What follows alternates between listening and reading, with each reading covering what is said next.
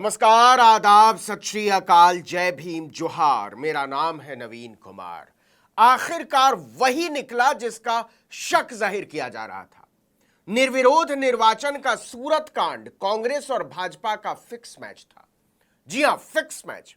भाजपा के उम्मीदवार को बिना चुनाव लड़े निर्विरोध संसद भेजने में कांग्रेस ने खुलकर भाजपा का साथ दिया। यह बात कांग्रेस के समर्थकों और नेताओं को सुनने में बुरी लग सकती है, लेकिन यही सच है। कांग्रेस के उम्मीदवार ने टिकट मिलते ही भाजपा के साथ मिलकर गोटी सेट कर ली थी और उसने पहले दिन से ही नामांकन खारिज होने की प्रस्तावना लिखनी शुरू कर दी थी। तो आप कह सकते हैं कि कांग्रेस ने जिसे सूरत से टिकट दिया था वह दरअसल भाजपा का उम्मीदवार था। वो टिकट मिलने के पहले से कांग्रेस के लिए नहीं बल्कि भाजपा के लिए काम कर रहा था। या आप कह सकते हैं कि भाजपा ने अपने आदमी को कांग्रेस का टिकट दिलवाया था और कांग्रेस पार्टी को इसकी भनक तक नहीं लगी। दरअसल जैसे ही कांग्रेस ने नीलेश कुंभानी को टिकट दिया, वैसे ही भाजपा ऑपरेशन निर्विरोध के काम पर लग गई। कांग्रेस पार्टी यह नहीं कह सकती कि उसे इसका कुछ भी पता नहीं चला। आखिर उसकी राज्य और जिला इकाई कर क्या रही थी? क्या कांग्रेस यह कहकर निकल सकती है कि हमारा उम्मीदवार भाजपा के साथ मिलकर खुद अपना ही पर्चा खारिज करवाने के लिए नॉमिनेशन पेपर में गड़बड़ी कर रहा था और हमें पता नहीं था? गौर कीजिए, नीलेश कुंभानी का पर्चा खारिज क्यों हुआ? इसलिए खारिज हुआ कि उसके प्रस्तावकों ने निर्वाचन अधिकारी के सामने हलफनामा देकर कह दिया कि हमारे हस्ताक्षर फर्जी हैं। और प्रस्तावक कौन थे? नीलेश कुंभानी का अपना बहनोई जगदीश सावलिया, भांजा ध्रुविन धामेलिया, बिजनेस पार्टनर रमेश पोलरा। गौर कीजिए, कांग्रेस के कैंडिडेट का एक भी प्रस्तावक कांग्रेस पार्टी का सदस्य नहीं था। न जिला अध्यक्ष, न प्रभारी, न सचिव। ऐसा होता है क्या? इतना ही नहीं, हम क्यों कह रहे हैं कि सूरत के निर्विरोध निर्वाचन का मैच कांग्रेस और बीजेपी का फिक्स मैच है। पर्चा दाखिल करते वक्त कुंभानी किसी भी प्रस्तावक को चुनाव अधिकारी के सामने नहीं ले गए। अगर उन्होंने निर्वाचन अधिकारी के सामने हस्ताक्षर किए होते तो फर्जी हस्ताक्षर होने का कोई सवाल ही नहीं पैदा होता। कांग्रेस पार्टी को इसमें कुछ भी अजीब नहीं लगा कि नामांकन दाखिल करने के समय उसके उम्मीदवार के प्रस्तावक ही निर्वाचन अधिकारी के सामने नहीं गए।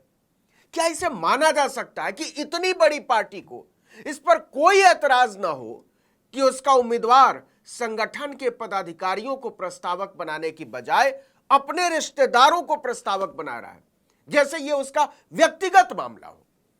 यह कैसा चुनाव लड़ रही है कांग्रेस पार्टी? कैसा संगठन है? कैसे काम करते हैं? और सुनिए, अकेले नीलेश कुंभानी भाजपा के लिए काम नहीं कर रहे थे। कांग्रेस ने एक डमी कैंडिडेट भी खड़ा किया था, आपको पता ही होगा, सुरेश पडसाला। कांग्रेस सोच रही थी कि यह हमारा आदमी है, लेकिन वो भी पहले दिन से भाजपा का आदमी था। और यह बात कांग्रेस पार्टी के अलावा पूरे सूरत में सबको पता थी। गौर कीजिए, नीलेश कुंभानी ने सुरेश पडसाला का प्रस्तावक भी अपने भांजे भौतिक कोलडिया को बनवाया। अब खेल को समझिए, जो प्रस्तावक उम्मीदवार के नॉमिनेशन के समय मौजूद नहीं थे, उन सभी ने निर्वाचन अधिकारी के सामने अपने हस्ताक्षर फर्जी होने का शपथ पत्र दे दिया और खुद अंडरग्राउंड हो गए। सारे के सारे नियम के तहत निर्वाचन अधिकारी ने सभी को नोटिस जारी किया कि आकर अपने हस्ताक्षर का सत्यापन कीजिए। लेकिन जैसा कि पहले से तय हो चुका था, मैच फिक्स था ना, कि कोई भी प्रस्तावक निर्वाचन अधिकारी के सामने नहीं पहुंचा। इसके बाद नामांकन के साथ ही लिखी गई स्क्रिप्ट के तहत कुंभानी और डमी कैंडिडेट सुरेश पडसाला दोनों का पर्चा खारिज हो गया। इस पूरे मामले में कांग्रेस को इस आधार पर छूट नहीं दी जा सकती कि उसे कुछ पता नहीं था। उनका अपना उम्मीदवार भाजपा के पैरों में जाकर बैठ गया था और उसे पता ही नहीं चला। यही तो सवाल है कि उसे क्यों पता नहीं चला? क्या कांग्रेस में नामांकन करने से पहले उम्मीदवार के नामांकन फॉर्म को कोई चेक नहीं करता कि कहीं कोई गड़बड़ी तो नहीं है, कहीं कोई घपला तो नहीं है? वो भी तब जब मध्य प्रदेश में उसके उम्मीदवार के साथ ऐसा हो चुका था। कांग्रेस ने खजुराहो की सीट समाजवादी पार्टी के लिए छोड़ी थी। 5 अप्रैल को उसकी उम्मीदवार मीरा यादव का पर्चा रद्द हो गया था क्योंकि उन्होंने फॉर्म बी पर हस्ताक्षर ही नहीं किए थे। इसके अलावा उन्होंने मतदाता सूची की प्रमाणित प्रति भी नत्थी नहीं की थी। और बिल्कुल यही सूरत में हुआ। 20 अप्रैल को पता चल गया था कि सूरत के कांग्रेस कैंडिडेट नीलेश कुंभानी के नामांकन पर्चे में प्रस्तावकों के हस्ताक्षर में गड़बड़ी है। जिला निर्वाचन अधिकारी सौरभ पारधी ने इस मामले में कुंभानी से 21 अप्रैल की सुबह 11 बजे तक चारों प्रस्तावकों को लेकर पहुंचने को कहा। 21 अप्रैल को निर्वाचन अधिकारी के सामने सुनवाई हुई। 2 घंटे तक वो प्रस्तावकों का इंतजार करते रहे, चारों में से एक भी प्रस्तावक नहीं पहुंचा। नतीजा, नीलेश कुंभानी का फॉर्म रद्द कर दिया गया। कुंभानी के वकील ने बहुत चालू किस्म का बहाना बनाया कि प्रस्तावकों को नजरबंद कर लिया गया। अब अगर प्रस्तावकों के नाम कांग्रेस पार्टी खुद तय करती या इस पर उसकी निगरानी होती तो उसे पहले से पता होता कि जिसे उसने राहुल गांधी और मल्लिकार्जुन खड़गे सोनिया गांधी का भारत बनाने के लिए मैदान में उतारा है वो तो नरेंद्र मोदी के विचारों पर फिदा है, तो कम से कम एहतियाती कदम तो उठा सकती थी, किसी और को उम्मीदवार तो बना सकती थी, समय रहते कुछ भी हो सकता था। लेकिन उसके किसी भी एक्शन से ऐसा नहीं लगता कि वह सूरत में चुनाव जीतने को लेकर जरा भी गंभीर थी। ऐसा लगता है जैसे पार्टी टिकट देने के बाद भूल गई थी कि वह चुनाव लड़ भी रही है। दरअसल नामांकन के बाद ही सूरत के एक 5 सितारा होटल से ऑपरेशन निर्विरोध का संचालन शुरू हो गया था। कांग्रेस पार्टी को पता ही नहीं चला। खुद भाजपा के प्रदेश अध्यक्ष CR पाटिल इसकी कमान संभाल रहे थे। कांग्रेस का उम्मीदवार और डमी उम्मीदवार दोनों भाजपा के प्रदेश अध्यक्ष के कठपुतली की तरह नाच रहे थे। लेकिन सबसे पहले 4 निर्दलीय प्रत्याशियों को होटल बुलाया गया, क्योंकि ऑपरेशन निर्विरोध को अंजाम तक पहुंचाने के लिए सबसे पहले इनका चुनाव मैदान से हटना जरूरी था। इन सभी को आमने सामने बैठाया गया, बातचीत की गई और पता नहीं क्या बात हुई कि चारों के चारों टूट गए। क्या ईडी वाले तोड़ते होंगे जो भाजपा वालों ने तोड़ा। जरा सा दबाव पड़ते ही चारों निर्दलीय प्रत्याशी चुनाव मैदान छोड़कर भाग खड़े हुए। सभी निर्दलीयों ने भाजपा प्रत्याशी के समर्थन में नाम वापस ले लिया। इसके बाद खोज शुरू हुई बहन मायावती की बहुजन समाज पार्टी के उम्मीदवार प्यारेलाल भारती की। और कमाल देखिए कि इतनी बड़ी कांग्रेस पार्टी को कुछ हवा नहीं थी कि क्या हो रहा है, वो इतने मासूम हैं, लेकिन बीएसपी के उम्मीदवार को एहसास था कि क्या हो सकता है।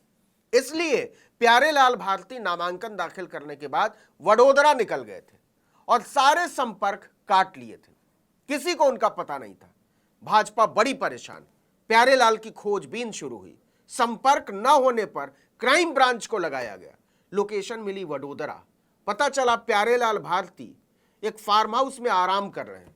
लोकेशन ट्रेस होने के कुछ ही देर बाद कुछ लोग भाजपा का संदेश लेकर उनके पास सामने जाकर खड़े हो गए और कहा कि कोई फायदा नहीं है छुपने का, अब तुरंत सूरत निकल जाइए। वो फौरन सूरत के लिए रवाना हो गए और सीधे ऑपरेशन निर्विरोध के हेडक्वार्टर उस 5 स्टार होटल में पहुंचे। और होटल से निकलते ही वो सीधे निर्वाचन अधिकारी के दफ्तर पहुंचे और अपना नामांकन वापस ले लिया। इसी तरह सरदार वल्लभ भाई पटेल पार्टी के प्रत्याशी Abdul Hamid Khan, global Republican party के प्रत्याशी जयेश मेवाड़ा और लोग पार्टी के प्रत्याशी सुहेल खान ने भी उसी दिन अपना नामांकन पत्र वापस लेकर भाजपा के निर्विरोध निर्वाचन का रास्ता साफ कर दिया।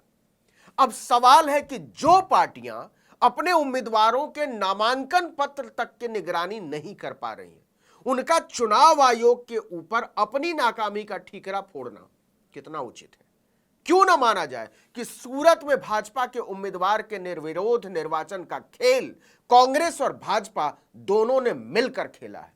क्यों खेला है, इसका जवाब तो कांग्रेस पार्टी ही दे सकती है।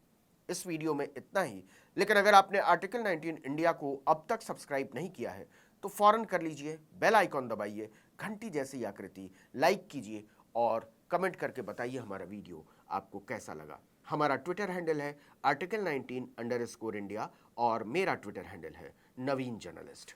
नमस्कार।